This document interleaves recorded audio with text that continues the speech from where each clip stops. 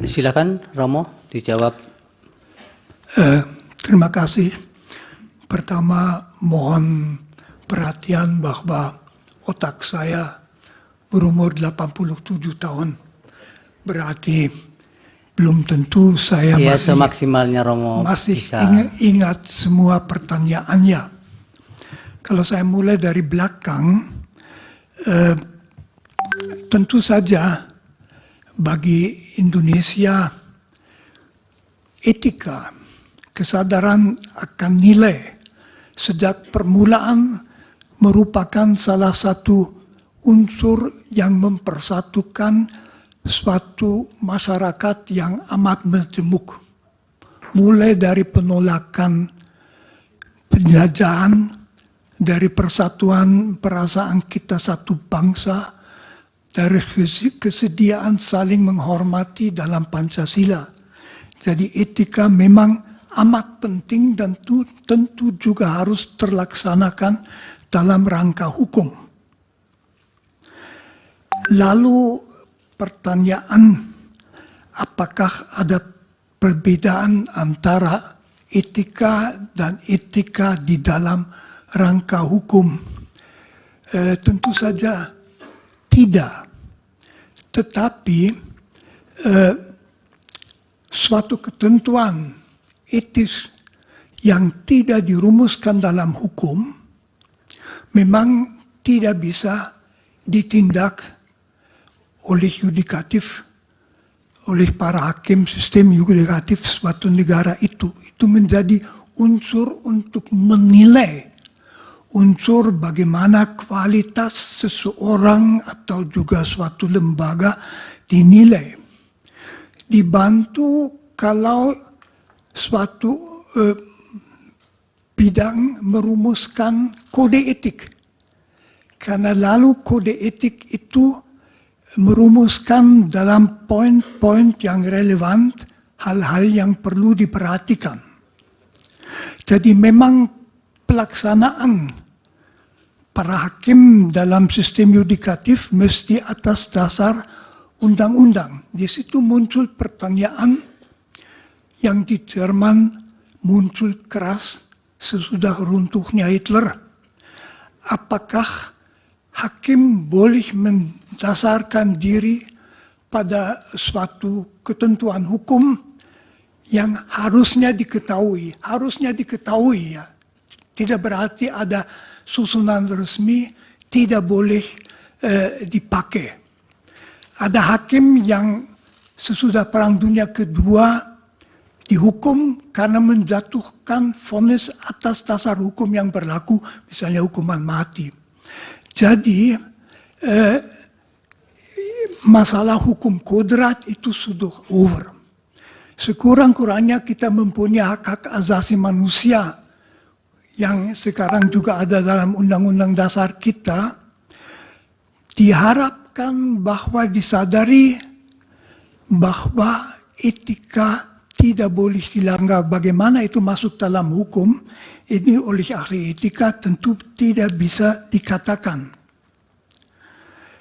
Mengenai bansos, saya tidak mengatakan apapun tentang yang dilakukan Presiden Jokowi. Saya melakukan kalau seorang presiden yang sebetulnya tidak mengurus langsung kementerian, mengambil bansos yang sudah disediakan di situ untuk kepentingan politiknya, maka itu pencurian. Apakah itu terjadi di Indonesia? Bukan urusan saya bukan ahli mengenai hal-hal itu. Saya hanya melihat kasus secara teoritis. Tetapi misalnya kalau dibagikan tanpa memperhatikan bahwa itu untuk para fakir miskin, ya itu saja sudah susah.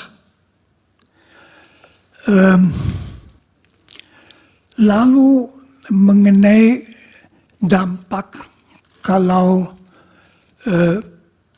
pernyataan pelanggaran etika oleh mahkamah majelis kehormatan diabaikan. tentu saja itu memberi kesan bahwa asal ada kekuasaan, maka bukan hanya etika tetapi juga hukum tidak perlu diperhatikan. Jadi penguasa bisa mengatakan abaikan saja. Itu dengan sendirinya memperlemah sekali struktur negara seperti negara hukum. Indonesia itu adalah negara hukum dan mengabaikan pernyataan bahwa suatu keputusan merupakan pelanggaran etika yang berat. Saya dari sudut etika hanya bisa mengatakan merupakan sendiri pelanggaran etika yang berat, dan kalau masyarakat mengalami bahwa etika secara berat bisa dilanggar demi suatu tujuan politik, dengan sendirinya faham mengenai penguasa yang melakukan itu akan turun, akan ditaati karena dia berkuasa, tidak karena keyakinan lagi. Akibatnya, kalau mengikuti Immanuel Kant, Kant justru menunjukkan kalau suatu negara ditata menurut undang-undang yang adil dan bijaksana, tidak perlu usaha etika tinggi, orang dengan sendirinya akan taat karena paling masuk akal hidup sesuai dengan undang-undang. Kalau sebaliknya negara tidak memperhatikan itu, orang secara etis tidak akan merasa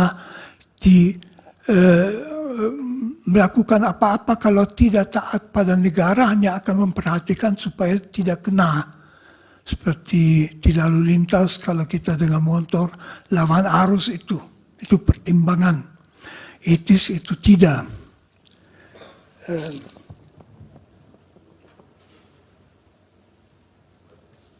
Belum tentu saya jawab semuanya.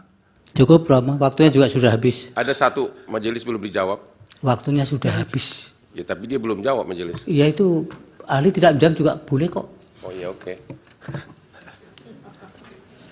Terima kasih, Romo. Baik, terima kasih.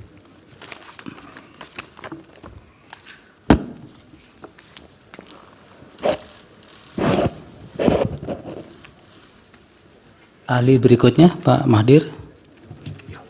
Terima kasih Yang Mulia. Kami